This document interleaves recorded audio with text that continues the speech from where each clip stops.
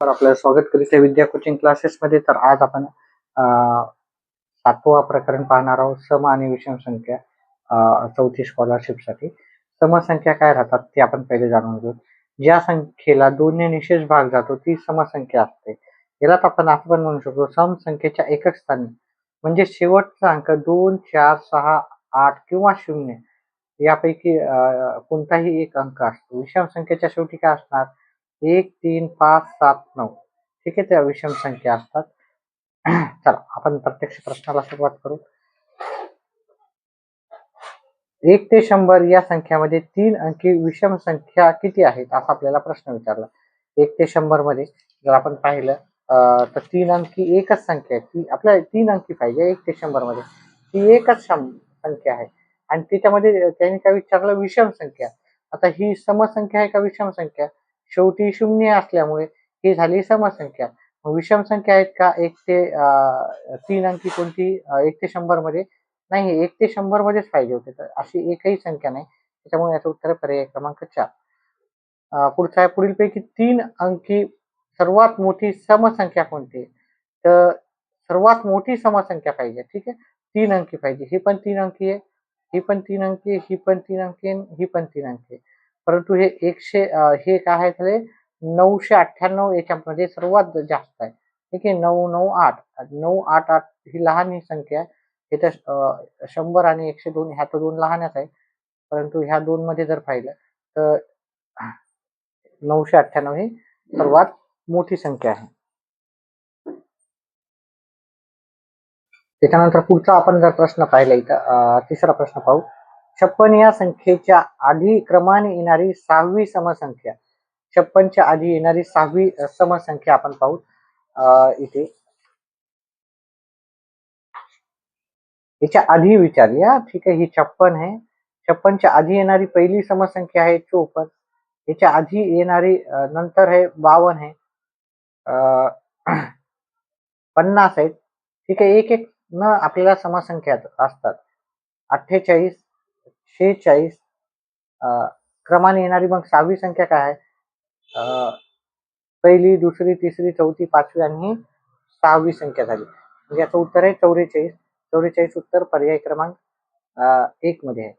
पहा आपण नॉर्मली काय करतो 44, 46, 48, 50, 52, 54 आणि 56 ही 6वी संख्या क्रमाने या संख्येच्या आधी म्हणजे या संख्येच्या आधी क्रमाने 6वी आधी विचारलं त्याच्यामुळे आपण पाठीमागे गेलो. 1, 2, 3, 4, 5, 6 हे उत्तर आपलं 44 आहे. त्याच्यानंतर पुढचा प्रश्न आहे 1, 0, 3, 4, 5 हे अंक एकदाच वापरून तयार होणारी सर्वात लहान समसंख्या विचारली. आता मी काय करतो असा जेव्हा जेव्हा प्रश्न येतो ना तेव्हा मी पर्यायाचाच वापर घेतो. सर्वात लहान समसंख्या. आता समसंख्याच्या शेवटी काय राहतं? 0 किंवा 2 किंवा 4 किंवा 6 किंवा 8 हेच अंक असतात. आता इथे जर पाहिलं ह्या दोन्ही विषम संख्या आहेत, है की नाही? ह्या 2 समसंख्या आहेत आणि याच्यातली सर्वात लहान जर करायची असेल आपल्याला 10,534 आणि 10,000 आपल्याला सर्वात लहान विचारला 10,354. जर याच्यामध्ये जर पाहिलं आपण तर हे 500 जास्त आहेत, 10,500 जास्त आहे, 10,300 लहान आहे. त्याच्यामुळे हे उत्तर आपल्याला पर्याय क्रमांक 3 आहे. तर याच आपण वेगळ्या पद्धतीने केला असता. समजा आपण पर्यायाचा वापर नाही घेतला असता तर मग कसं केलं असतं? 1, 0, 3, 4, 5 याचा सर्वांचा वापर करायचा आपल्याला समसंख्या आहे. आपण काय करू सर्वात लहानी संख्या कोणती तयार होती पाहू 5 अंकी.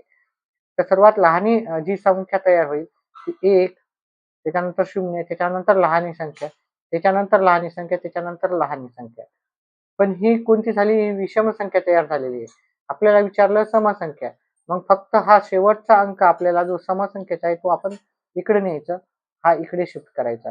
1, 0, 3, 5, 4 अशा प्रकारे आपल्याला समसंख्या काढता येईल. इकडचा 0 नाही न्यायचा. इकडचा फक्त इकडचाच अंक शेवटचाच अंक आपल्याला काय करायचा इकडे न्यायचा आहे शेवटी. ठीक आहे.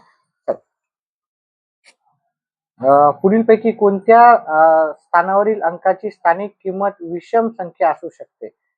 पुढीलपैकी कोणत्या स्थानावरील अंकाची स्थानिक किंमत विषम संख्या असू शकते असं विचारलं, तर याचं उत्तर आहे आपल्याला एकक स्थानचा जो अंक आहे त्याची जी किंमत आहे ती विषम संख्या असू शकते. ठीक आहे. फक्त एकक स्थानी आपल्याला कळतं. ठीक आहे.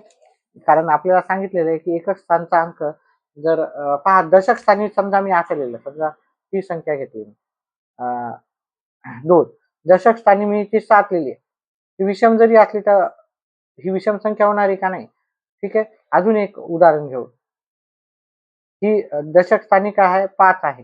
विषम जरी असली परंतु इथे शून्य असल्यामुळं ही काय आहे समसंख्याच आहे. इथे पहा शतक स्थानी 7 घेतले तरी याच्यावरून आपल्याला ओळखता येते का ही सम आहे का विषम आहे? नाही. फक्त आपल्याला एकक स्थानच्या अंकावरूनच ओळखता येते ही संख्या सम आहे का विषम आहे. तर ही समसंख्या आहे.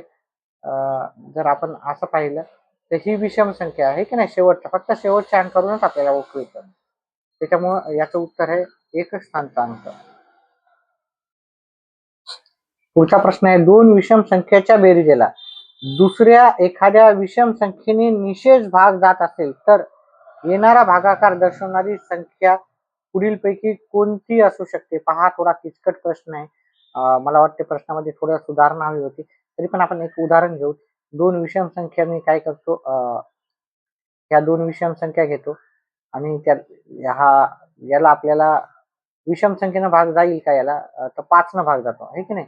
याला 5 न भागेला तर 16 येतात. तर इथे 16 नाही, म्हणजे हा प्रश्न थोडासा मला व्यवस्थित वाटत नाही. आता आपण दोन कोणत्याही संख्या घेऊ शकतो, 13 आणि 15 आहे की नाही.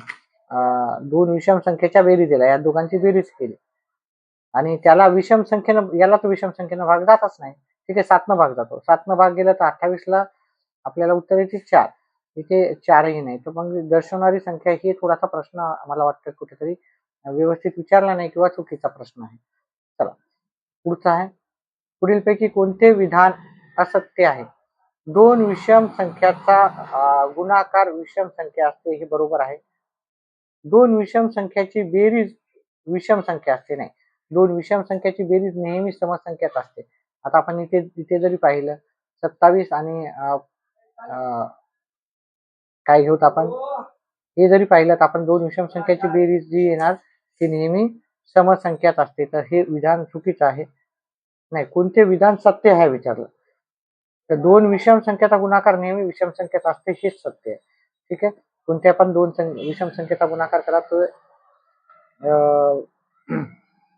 विषमच येणार गुणाकार नेहमी.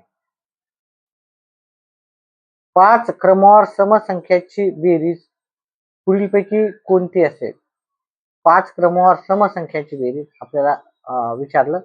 पहिल्या संख्येची दुप्पट. आता 5 क्रमवार समसंख्या जर पाहिली आपण, इथे आपण प्रश्न पाहू. ठीक आहे. क्रमवार 5 संख्या 2, 4, 6, 8 आणि 10 यांची बेरीज करू तर आपण 6, 6, 12, 20 आणि हे 30. ठीक आहे.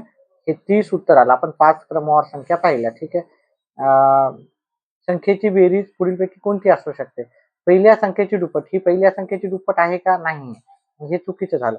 दुसऱ्या संख्येची पाचपट. दुसरी संख्या इथे 4 आहे. 4 ला 5 न गुणलं तर किती येते? 20 येते. मग हे पण चुकीचं झालं. तिसऱ्या संख्येची पाचपट. तिसरी संख्या 6 आहे, हे की नाही. 6 ला 5 न गुणलं तर उत्तर 30 येते. ठीक आहे. मग हे उत्तर बरोबर आहे. तुम्ही दुसरा पण पाहू शकता. 10, 12, 14, 16 आणि 18 या सगळ्यांची बेरीज करा. ही तिसऱ्या संख्येला 5 न गुणा तुमचं उत्तर येते. या सर्वांची बेरीज किती येते? 14, 18 आणि 2 20, 7 आले 2 हे 70. आता हे तिसरी संख्येला जर आपण 5 न गुणाकार केला तर उत्तर 70 येते. म्हणजे हे उत्तर बरोबर आहे. ठीक आहे. पुढचा प्रश्न आहे, 1 ते 20 पर्यंतच्या संख्यामधील विषम संख्याची बेरीज किती? आता 1 ते 20 मध्ये सगळ्या विषम संख्या जर आपण पाहिल्या 1 ते 20 मध्ये, तर 1, 3, 5, 7, 9, 11, 13, 15, 17, 19. आता ह्या सर्वांची जर तुम्ही बेरीज करून पाहिली तर ह्या संख्या आहेत 1, 2, 3, 4, 5, 6, 7, 8, 9, 10. त्या सर्वांची बेरीज करा, ही 100 येते.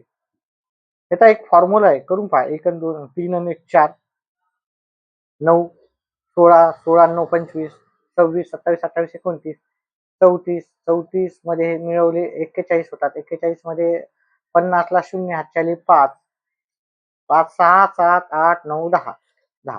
परंतु मी आता एक फॉर्म्युला सांगतो. ह्या एकूण संख्या किती आहेत पहा. 1 ते 20 मध्ये एकूण विषम संख्या किती असणार आहे, तर त्या राहणार आहेत 10. मग 10 ला 10 नच जर गुणलं, विषम संख्या जर म्हणलं त्यानं, तर 10 ला 10 नच गुणलं तर उत्तर येते 100. आता याच्या जागी त्यांनी समसंख्या म्हणला असता, तर मी काय केलं असतं, 10 ला मी 11 न गुणलं असतं. ठीक आहे. 10 आणि त्याच्या पुढची संख्या, तर ते आलं असतं 110. इथं विषम संख्या म्हणलं, तर जेव्हा आपण विषम संख्या म्हणते त्या संख्येला तेवढ्याच संख्येने गुणायचं. समजा 30 पर्यंतच्या म्हणल्या असत्या विषम संख्या, तर किती 30 पर्यंतच्या एकूण विषम संख्या 15 आहे. 15 ला 15 नच गुणा, म्हणजे 15चा वर्ग 225 येतं. ठीक आहे. परंतु इथे 1 ते 20 पर्यंत 10 संख्या असतात. 10 ला 10 न गुणलं उत्तर येते 100.